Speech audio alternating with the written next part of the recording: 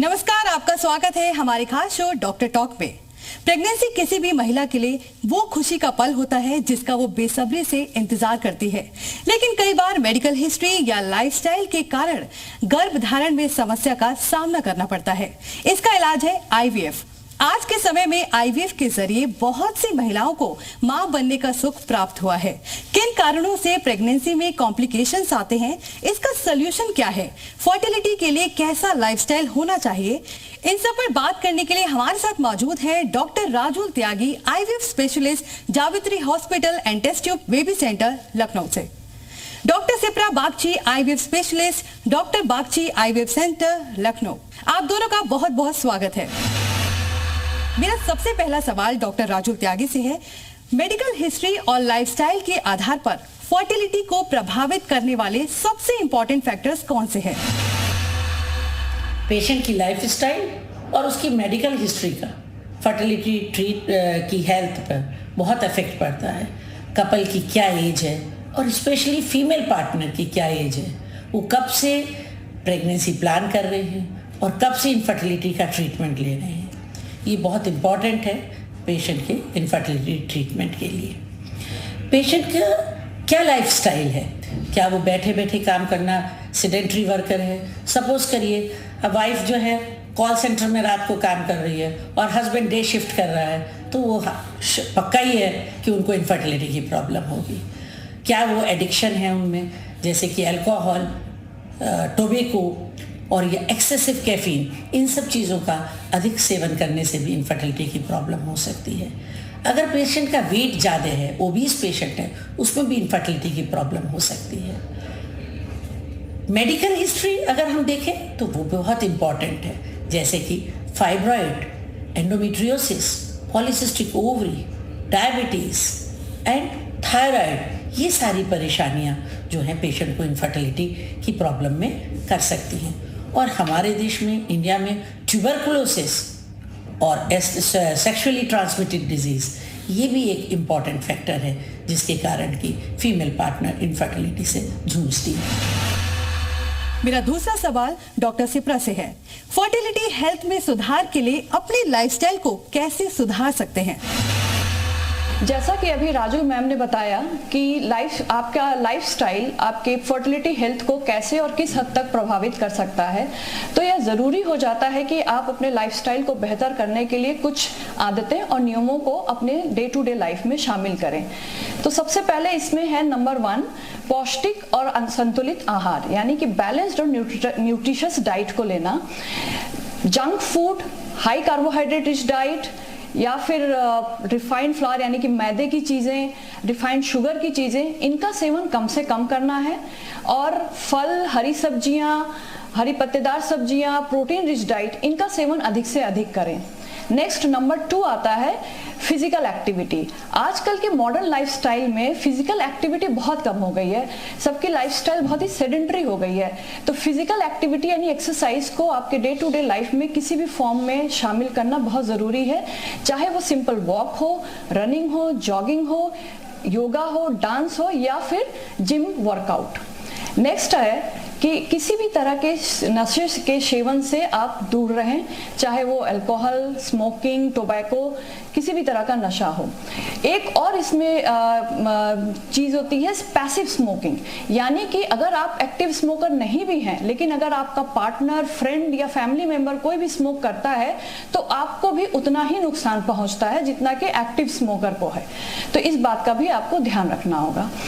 सबसे इम्पॉर्टेंट जो है, जो तीसरी इम्पॉर्टेंट चीज़ है, वो है स्ट्रेस, यानी कि मानसिक तनाव को कम रखना, चाहे वो वर्क स्ट्रेस हो या फिर फैमिली स्ट्रेस हो।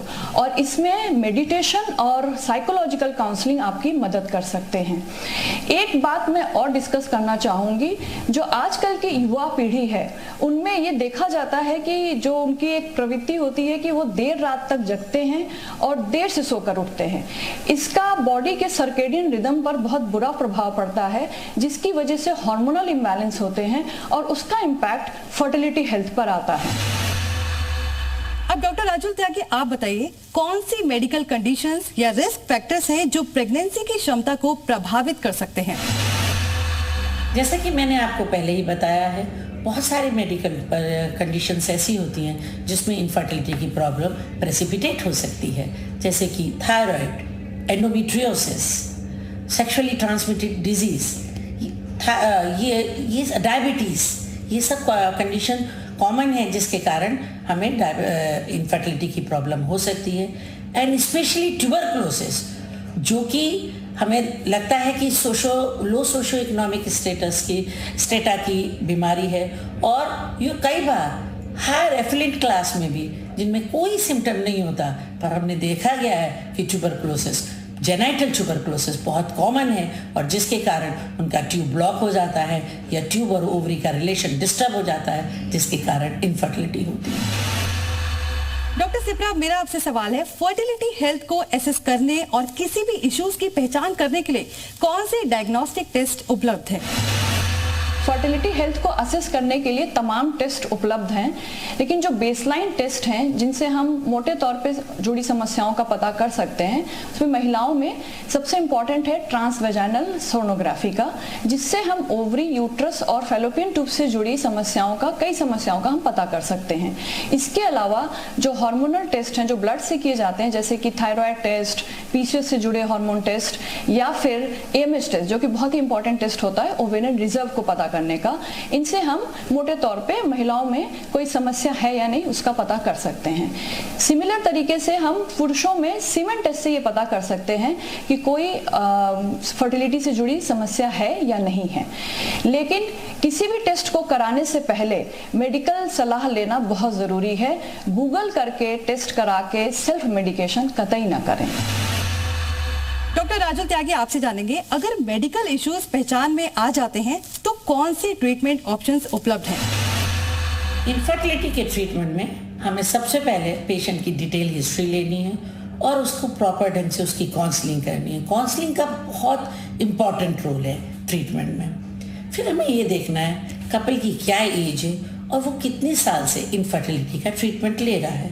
इफ सपोज पेशेंट यंग है और बहुत दिन नहीं हुए हैं उसको इनफर्टिलिटी के, तो हम उसको सिंपल टाइम इंटरकोर्स ओवुलेशन के लिए ड्रग्स दे सकते हैं, ओवुलेशन इंडक्शन की ड्रग्स दे सकते हैं, और उसके बाद प्रॉपर क्या टाइम है उसकी फॉलिकल की मॉनिटरिंग करके उसको टाइम इंटरकोर्स एडवाइस कर सकते हैं। अगर पेशेंट के स्पर्म पैरामीटर में कोई थोड़ी सी खराबी है तब हम उसको एक IUI जैसे कि इंट्रायूट्राइन इंसेमिनेशन करते हैं। इसमें हम फीमेल पार्टनर को ड्रग्स देते हैं जिससे कि उसके अच्छी क्वालिटी के एग बने, और उसके बाद हस्बैंड का सीमेन लेके उनसे स्पर्म को प्रोसेस करके यूट्रस पे डालते हैं।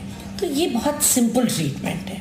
बट अगर पेशेंट को बहुत साल हो गए हैं इनफर्टिलिटी से जूझते हुए, या पेशेंट की एज बहुत एडवांस है, 37-38 के आसपास है, तब हम, या फिर पेशेंट की ट्यूब ब्लॉक है कि वो नॉर्मल या IUI सिंपल ट्रीटमेंट से प्रेग्नेंट ही नहीं हो सकती, तब हम उसको ये कहेंगे कि अब उसको IVF में जाना चाहिए। और IVF में भी कोई ये नहीं है कि सिंपल IVF में आजकल बहुत एडवांसमेंट हो गए हैं, जैसे कि ICSI है, पीजो ICSI है, एम्ब्रियोस्कोप है, ये सब टेक्निक्स को हम, लेज़र हैचिंग है, इन सब टेक्निक को हम यूज़ कर सकते हैं।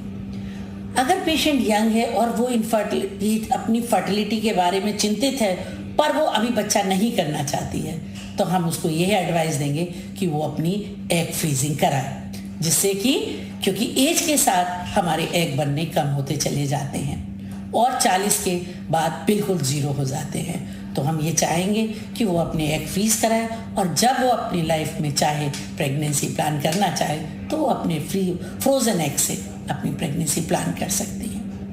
बट कई बार पेशेंट ने फ्रीज नहीं कराए हैं और एज भी एडवांस है और उसके एग नहीं बन रहे हैं, तो हम कई बार पेशेंट को 2-3 साइकिल लगातार stimulate, back to back stimulate करते हैं, और हर बार उसके एग इकट्ठे करके उनको हम फ्रीज कर लेते हैं। इसको हम कहते हैं एग पूलिंग, जो कि बहुत ज़रूरत है। डॉक्टर सिप्रा, अब आपसे जानेंगे, क्या कोई ऑल्टरनेटिव या कॉम्प्लीमेंट्री थेरेपीज हैं जो फर्टिलिटी हेल्थ को सपोर्ट कर सकते हैं? फर्टिलिटी हेल्थ को इम्प्रूव करने के लिए कई सारे कॉम्प्लीमेंट्री और ऑल्टरनेटिव थेरेपीज उपलब्ध हैं, लेकिन जैसे कि मैंने कहा, lifestyle management is the best alternative therapy to improve your fertility health. यानी कि लाइफस्टाइल को ही सुधार कर फर्टिलिटी हेल्थ को इम्प्रूव किया जा सकता है। जो ऑल्टरनेटिव थेरेपीज और उपलब्ध हैं, जैसे कि acupuncture, herbal medicine, mind and body therapy, psychological counselling, इनका भी बहुत अच्छा इम्पैक्ट होता है। लेकिन किसी भी ऑल्टरनेटिव थेरेपी को अपनाने से पहले डॉक्टर से डिस्कस करना, अपने फर्टिलिटी स्पेशलिस्ट से डिस्कस करना जरूरी है। मेरा आखिरी सवाल डॉक्टर राजुल आपसे है, फर्टिलिटी ट्रीटमेंट्स के साथ सफलता की कितनी संभावना है और कौन से फैक्टर्स के आउटकम्स को इन्फ्लुएंस कर सकते हैं? आईवीएफ के रिजल्ट मेनली 4 चीज़ों पर डिपेंड करते हैं। एक है आपकी लैब कितनी इक्विप्ड है, क्या उसमें गैजेट्स लगे हुए हैं। नंबर 2, आपका लैब की क्या कल्चर कंडीशन है, किस तरह की गैसेज हैं, क्या वहाँ टेम्परेचर है, क्या वहाँ पे प्रेशर है, ये सब बहुत इंपॉर्टेंट है। छोटी छोटी चीज़ों से आईवीएफ के रिजल्ट पे बहुत फ़र्क पड़ता है। आपके उस एम्ब्रोलॉजिस्ट का क्या एक्सपीरियंस है, क्या उसकी स्किल है, और मैं सबसे इम्पॉर्टेंट जो आपके जो क्लिनिशियन है, ट्रीटिंग डॉक्टर है, उसका क्या एक्सपीरियंस है, कितनी उसकी स्किल है, ये बहुत इम्पॉर्टेंट है। इसमें सबसे इम्पॉर्टेंट जो है वो है आपकी लैब का इक्विपमेंट, क्योंकि उसी के ऊपर आपके सारे रिजल्ट निर्भर करते हैं। क्योंकि आईवीएफ जो है ना, वो higher and technical based branch है। जितने अच्छे इंस्ट्रूमेंट आपके पास होंगे, जितनी हाईली इक्विप्ड, जितने नए गैजेट्स आपके पास होंगे, जितनी लेटेस्ट टेक्नोलॉजी आपके पास होगी, उतने अच्छे आप रिजल्ट देंगे। एक सामान्य आईवीएफ लैब 20 से 25 लाख के बीच में लग सकती है, जबकि एक हायर एंड टर्शरी लेवल की आईवीएफ लैब जो है वो 8-10 करोड़ की लगती है। तो रिजल्ट भी उसी हिसाब से होंगे। सिंपल लैब के रिजल्ट 20 to 30% होंगे और हायर एंड के लैब के रिजल्ट जो होंगे वो 80% के होंगे। तो आईवीएफ जो है एक बहुत ही specialise, it is not a simple obs gynae branch की का ट्रीटमेंट है। ये बहुत हाईटेक और सुपर स्पेशलिटी ब्रांच है। आप दोनों का बहुत बहुत धन्यवाद। आपने बहुत जरूरी और बारीकी जानकारियां आईवीएफ और फर्टिलिटी हेल्थ को लेकर दी। उम्मीद है आईवीएफ के प्रति लोग जागरूक होंगे और संतान सुख प्राप्त कर सकेंगे।